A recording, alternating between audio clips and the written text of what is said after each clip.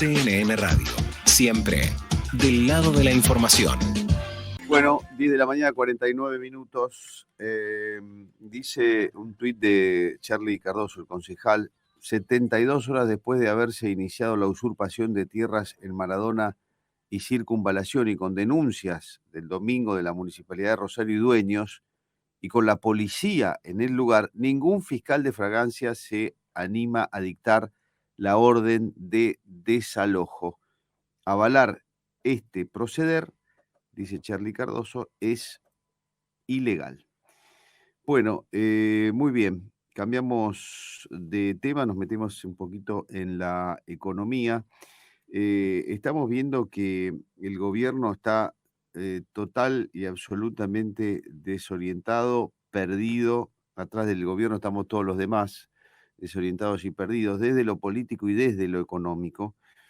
Entonces, la pregunta que queda acá es: ¿cómo sigue esta película, por lo menos en materia económica, hasta el 2023? Y Adriano, vamos a conversar esto con Marcelo Copelo, que es el vicepresidente del IERAL, perteneciente a la Fundación Mediterránea, para ver cómo lo están viendo, a ver si podemos entre todos ir armando alguna idea de cómo sigue este 2022 y cómo llegamos al 2023, donde probablemente empiece otro partido. ¿Qué tal, Marcelo? Marcelo Fernández, aquí en CNN Radio Rosario. Buen día. Buen día, Marcelo. Un gusto hablar con ustedes, como siempre. Igualmente, muchas gracias.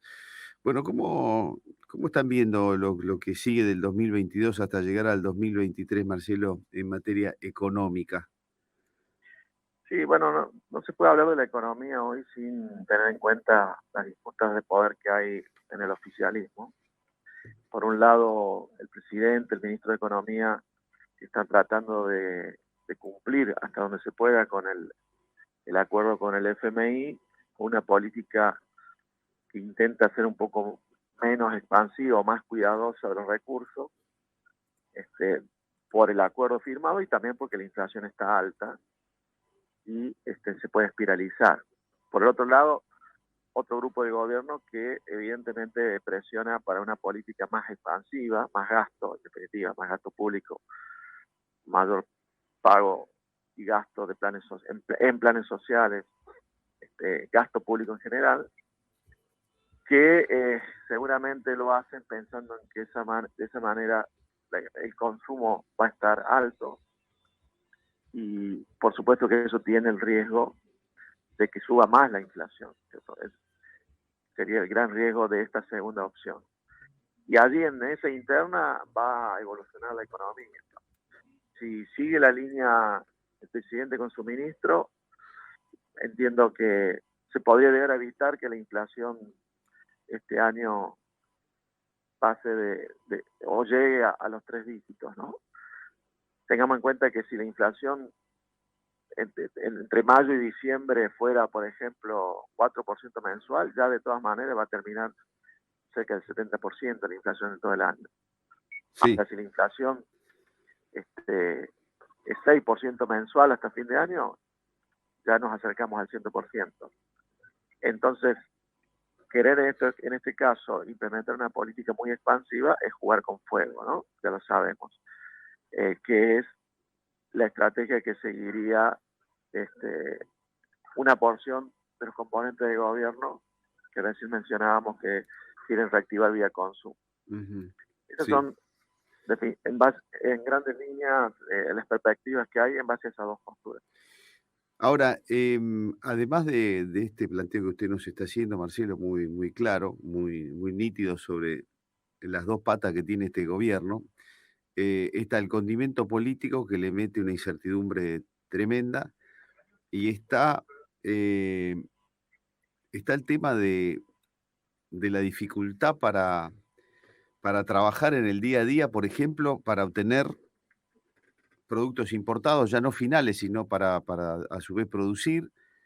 Están las dificultades impositivas, que tenemos una presión impositiva monstruosa. Es decir, tenemos todo lo que teníamos antes y además esto.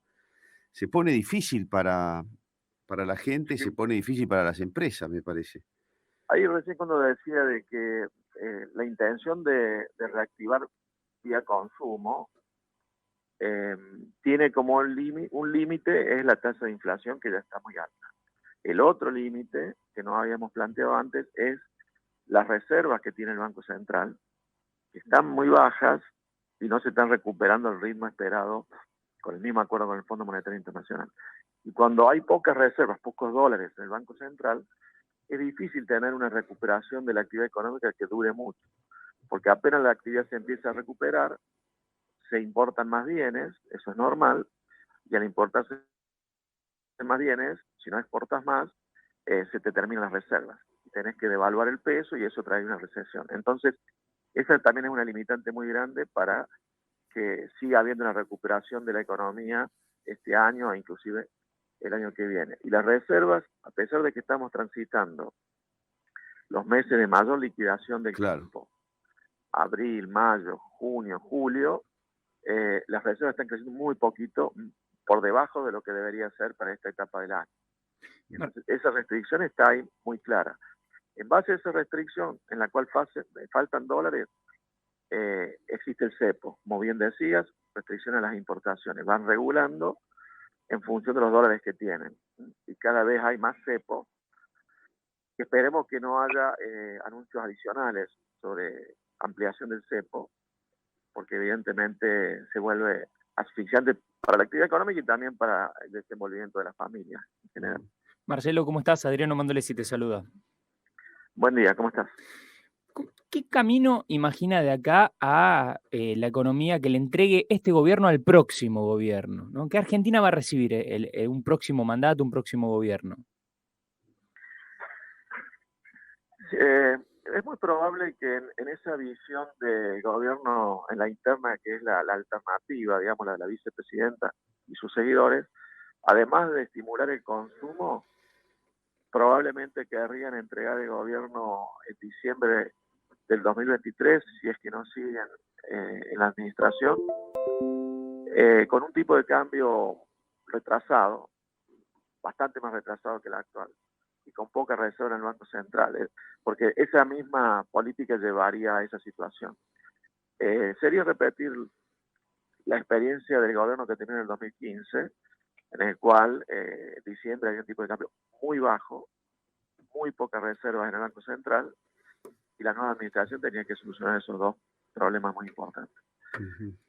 Por el lado del presidente y el ministro Guzmán, me parece que, como decía antes, pretenden una senda un poco más moderada de la política económica, teniendo en cuenta las restricciones que tienen y que ya hablamos, y el acuerdo con el Fondo Monetario.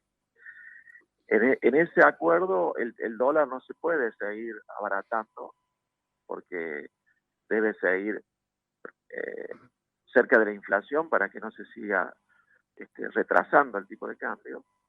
Entonces, si tiene que cumplir con el acuerdo con el fondo, deberían ir, por ejemplo, devaluando o subiendo el tipo de cambio cerca de lo que sube la inflación. Claro que eso se convierte en un perro que se quiere morder la cola cuando la inflación sube, ¿no? Uh-huh. Esas son las dos posturas también que pueden repercutir sobre la senda que sigue la economía hasta el 2023. El riesgo de una política más expansiva es que la inflación pase a ser de 3 dígitos, ¿no? Y si se quedan sin reservas y no tienen otra fuente de reservas y tienen que subir el tipo de cambio en forma discreta, realmente la inflación podría subir mucho más. Sí. Ese es el gran riesgo. Por eso me parece que el presidente quiere ir por una política más moderada, porque se debe dar cuenta de que el pretender alcanzar un mayor consumo lo podría llevar también a una crisis de mayores proporciones. Uh-huh. Marcelo, y por último, porque hablábamos de cómo sería la economía, el tránsito del 2022-2023, Adriano le preguntó qué país le quedaría al próximo presidente. Yo le pregunto, el próximo presidente, a grandes rasgos, ¿qué tiene que hacer para salir de esta situación tan complicada? Evidentemente grandes y profundas reformas, pero ¿por dónde pasarían?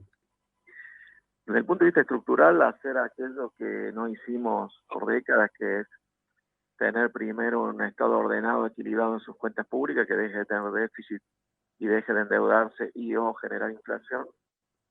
Y por otro lado, también una política clara de Estado para fomentar exportaciones.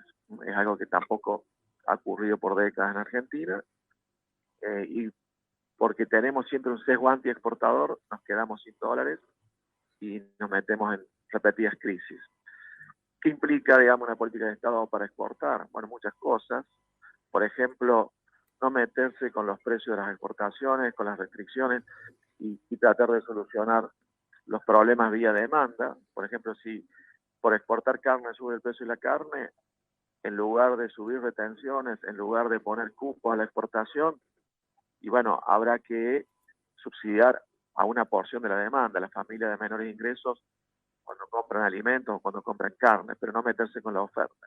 Eso debe ser un pacto en el cual deberían tener mucha injerencia las provincias más productoras, más productivas, las del centro del país, como Santa Fe, Córdoba, Mendoza, el interior de Buenos Aires, para que esos sectores productivos tengan la posibilidad de tener un panorama a largo plazo y que las condiciones no van a cambiar. Y bueno, para bajar el déficit fiscal también se requiere una serie de medidas. Repito, me parece que ya no va a haber tanto lugar para el gradualismo, sino para una reducción más rápida del déficit, porque los vencimientos de deuda van a crecer en el 2023 y sobre todo en el 2024. Y además, para bajar la inflación de una vez por todas, hay que bajar y eliminar el déficit fiscal. Sí. Muy bien, Marcelo, muchas gracias por conversar con nosotros, muy amable. Gracias a ustedes, que anden bien. Adiós, hasta luego. Marcelo Copelo es con quien conversábamos, es vicepresidente del IERAL, que forma parte de la Fundación Libertad, la Fundación Mediterránea. La Fundación Mediterránea en la que está trabajando Carlos Melconian también, Adriano. Sí, exactamente. Están preparando, el expresidente del Banco Nación está preparando un plan económico de fondo para el próximo presidente que lo quiera tomar, fuera quien fuera. A disposición de cualquiera. A disposición de cualquiera. Está trabajando, y esto está bueno, a mí me entusiasma, que un equipo de economistas profesionales trabajen con más de un año largo de anticipación, estudiando las medidas que habría que tomar para cualquiera que quiera hacer las cosas bien. Está también Enrique Sewach, por ejemplo, en ese equipo. Sí. Por eso es un equipo de profesionales serios. Está bien que trabaje porque da la impresión, sino que todos los gobiernos cuando ganan dicen, bueno, y a ver, ¿ahora qué hacemos? A ver, ahora ya ganamos. Primero ganan y después ven. Hay que llegar con algo armado, sabiendo qué hacer de entrada.